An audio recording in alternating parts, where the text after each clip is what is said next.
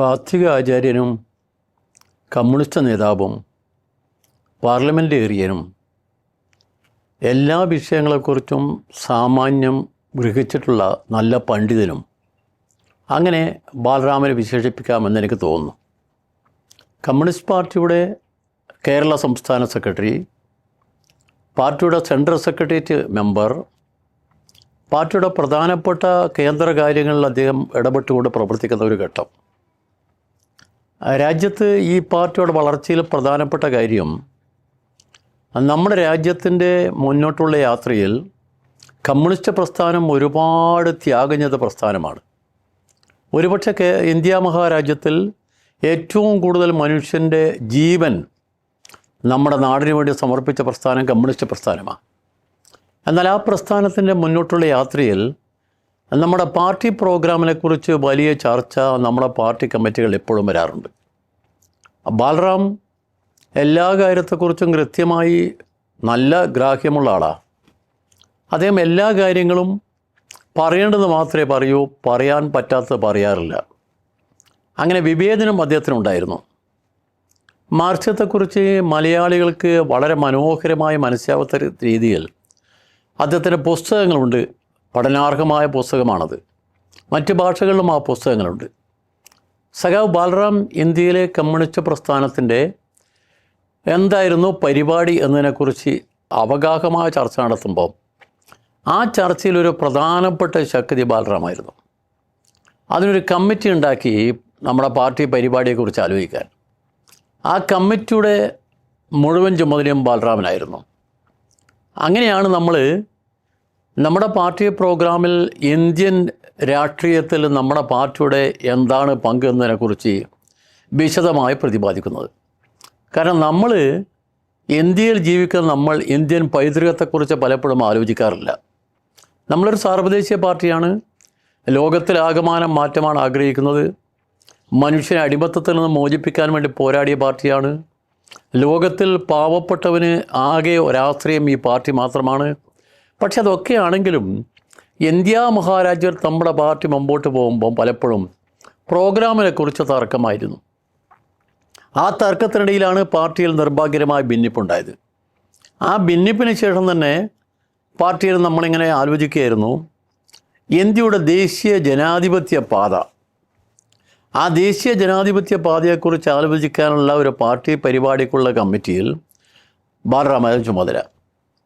ബാലറാം അതിൽ പ്രത്യേകം പറഞ്ഞത്, നമ്മൾ ഇന്ത്യയുടെ പൈതൃകത്തെ വിസ്മരിച്ചുകൊണ്ട് നമുക്ക് മുന്നോട്ട് പോകാൻ കഴിയില്ല. ഒരു രാജ്യത്ത് പ്രവർത്തിക്കുന്ന പാർട്ടിക്ക് ആ രാജ്യത്തിൻ്റെ പൈതൃകത്തെ ഉപേക്ഷിച്ചുകൊണ്ട് പോകാൻ പറ്റില്ലല്ലോ. മാത്രമല്ല സാർവദേശീയ വീക്ഷണമുണ്ട്. സാർവദേശീയ സംഭവവികാസങ്ങളിൽ നമുക്കുള്ള കൃത്യമായ നിലപാടുണ്ട്.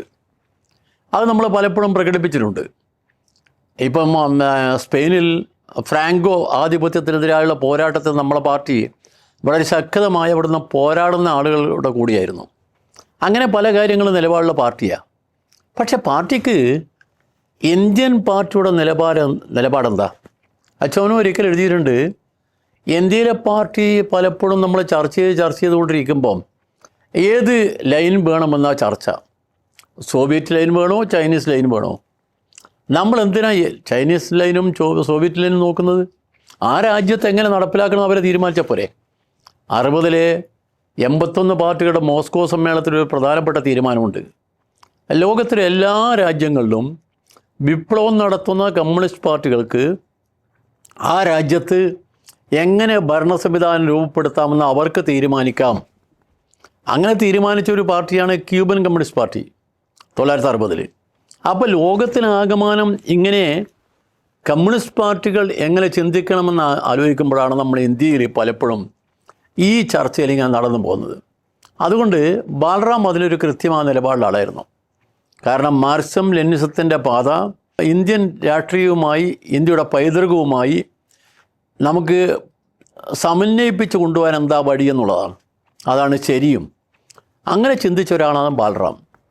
അദ്ദേഹം പിണറായിൽ മാത്രമല്ല, നമ്മുടെ രാജ്യത്തിൻ്റെ ചരിത്രത്തിൽ തന്നെ കേരളത്തിലെ കമ്മ്യൂണിസ്റ്റ് പ്രസ്ഥാനത്തിന് കോൺഗ്രസ് സോഷ്യലിസ്റ്റ് പാർട്ടി മാറി കമ്മ്യൂണിസ്റ്റ് പാർട്ടി രൂപീകരിച്ച പിണറായിലെ പാറപ്പുറ സമ്മേളനത്തിൽ ആ സമ്മേളനത്തിലെ പ്രധാനപ്പെട്ട സംഘാടകൻ ചെറുപ്പക്കാരനായ ബാലറാമായിരുന്നു.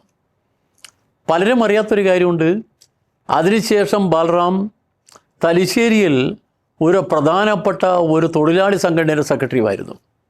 ആ സെക്രട്ടറി എന്ന് മാത്രമല്ല, അദ്ദേഹം പ്രസിഡൻ്റായിരുന്ന ആൾ നമ്മളിപ്പോൾ കേട്ട പലർക്കും അതിശയമായിരിക്കും. നമ്മുടെ രാജ്യം അറിയുന്ന ഏറ്റവും നല്ല ജഡ്ജി ജസ്റ്റിസ് BR കൃഷ്ണയ്യർ, അദ്ദേഹമായിരുന്നു പ്രസിഡന്റ്. സഖാവ് ബാലറാം സെക്രട്ടറി. ആ സംഘടനയുടെ പേരോ SNDP ബീഡി തൊഴിലാളി യൂണിയൻ എന്ന് പറഞ്ഞാൽ SNDP ബീഡി തൊഴിലാളി യൂണിയൻ്റെ പ്രസിഡന്റ് BR കൃഷ്ണയ്യരും സെക്രട്ടറി ബാലറാമായിരുന്നു. അങ്ങനെ ബാലറാം ഈ കമ്മ്യൂണിസ്റ്റുകാരെന്ന രീതിയിൽ ഏത് തരത്തിലുള്ള പ്രവർത്തനം പാർട്ടി നിയോഗിക്കുമ്പോൾ ചെയ്യാൻ തയ്യാറായിരുന്നു. അങ്ങനെയാണ് അദ്ദേഹം നമ്മുടെ നാട്ടിൻ്റെ രാഷ്ട്രീയത്തിൽ, പാർലമെൻ്ററി രാഷ്ട്രീയത്തിൽ കേരളത്തിൽ മന്ത്രിയായിരുന്നു. ആ മന്ത്രിയായെന്ന് മാത്രമല്ല, ഒരുപാട് നാൾ MLA ആയിരുന്നു. നമ്മുടെ രാജ്യത്തിൻ്റെ പല ഭാഗത്തുള്ള ആളുകൾക്ക് സഖാവ് ബാലറാമിനെക്കുറിച്ച് നല്ല മതിപ്പാണ്. കാരണം എന്താ? കാര്യങ്ങൾ കൃത്യമായി പറഞ്ഞു കൊടുക്കും. ഒരിക്കലും ദേഷ്യപ്പെടില്ല എന്ന് മാത്രമല്ല, ഏത് കാര്യം കൃത്യമായി മനസ്സിലാവുന്ന ഭാഷയിൽ പറഞ്ഞു കൊടുക്കും. അത്രമാത്രം പാണ്ഡിത്യമുണ്ട്. പാണ്ഡിത്യം എന്ന് പറഞ്ഞാൽ അദ്ദേഹം സംസ്കൃത പണ്ഡിതനാണ്, നന്നായി സംസ്കൃതം പറയും. ആ സംസ്കൃത പണ്ഡിതനാണെന്നുള്ളതിന് വേറെ ഉദാഹരണം ഞാൻ പറയാം. സഖാവ് C. ഭാസ്കരൻ EMSനെ കുറിച്ച് എഴുതിയപ്പം അതിൻ്റെ കൂടെ ഒരു വാക്ക് പറഞ്ഞിട്ട്, EMS സംസ്കൃത കാര്യങ്ങളെക്കുറിച്ച് വല്ല സംശയമുണ്ടെങ്കിൽ ചോദിക്കുന്ന ഒരാളേ ഉള്ളൂ, അത് NE ബാലറാമാണ്. അത്രമാത്രം പ്രഗത്ഭനായ സഖാവ് ബാലറാം കേരളത്തിലെ പാർട്ടിക്ക് ഒരു വലിയ സമ്പത്തായിരുന്നു. അദ്ദേഹം പാർട്ടിയുടെ സംസ്ഥാന കമ്മിറ്റി സെക്രട്ടറിയായി.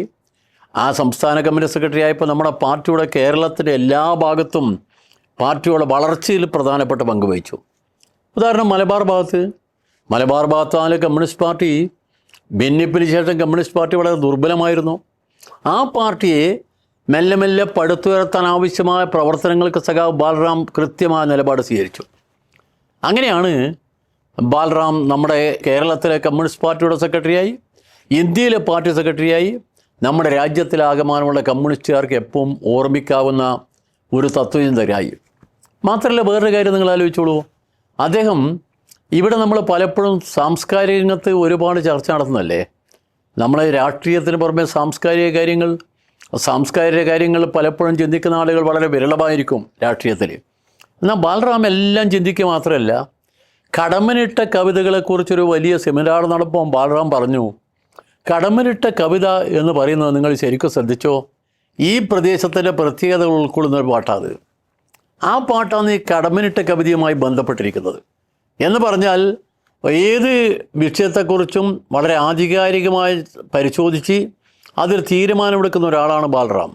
അദ്ദേഹം അവസാനമായി എനിക്ക് ഓർമ്മയുണ്ട്, ഒരിക്കൽ അദ്ദേഹം പറഞ്ഞിരുന്നു, ഞാനൊരു ചെറിയ ആഗ്രഹം മനസ്സിൽ വെച്ചിട്ടുണ്ട്, കയ്യൂറിനെക്കുറിച്ചൊരു നോവൽ എഴുതണമെന്ന്.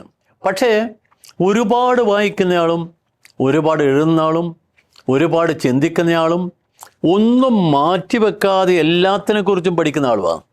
അങ്ങനെയുണ്ട് ചില ആളുകൾ, ഇന്നതേ വായിച്ചോളൂ, ഇന്ന രീതിയിലേ വായിച്ചോളൂ. ബാലറാമൻ അങ്ങനെ ഒരു വ്യത്യാസമില്ല, എല്ലാം വായിക്കും. വായിക്കുക മാത്രമല്ല, തൻ്റെ അറിവ് മറ്റുള്ളവർക്ക് പകർന്നു കൊടുത്ത ഒരു പ്രമുഖനായ കമ്മ്യൂണിസ്റ്റ് നേതാവ്. ബാലറാമിൻ്റെ വേർപാടിന് 32 വർഷമായി. ആ 32 വർഷത്തെ വേർപാട് നമ്മുടെ മനസ്സിൽ നിന്ന് ഒരിക്കലും മായില്ല. സഖാവ് ബാലറാം നമ്മുടെ മനസ്സിൽ എന്നും മായാ നിൽക്കും. ഞങ്ങൾ ഓർക്കും ബാലറാമിനെ ഏത് കാലത്തും. കാരണം പാർട്ടിയെ നേരായ വഴിയിലേക്ക് നയിക്കാൻ വേണ്ടി തൻ്റെ ദീർഘമായ പഠന കാര്യങ്ങളും തൻ്റെ അനുഭവ പാഠങ്ങളും എല്ലാം ഉൾക്കൊണ്ടുകൊണ്ട് ചെയ്തിരിക്കുന്ന ആ വലിയ നേതാവിൻ്റെ ഓർമ്മയ്ക്ക് മുമ്പിൽ ഞങ്ങൾ ഈ സന്ദർഭത്തിൽ ആദരാഞ്ജലി അർപ്പിക്കുന്നു. സഖാവ് ബാലറാം ഒരിക്കലും മരിക്കില്ല. അദ്ദേഹം നമ്മുടെ കൂടെയുണ്ട് എന്നും.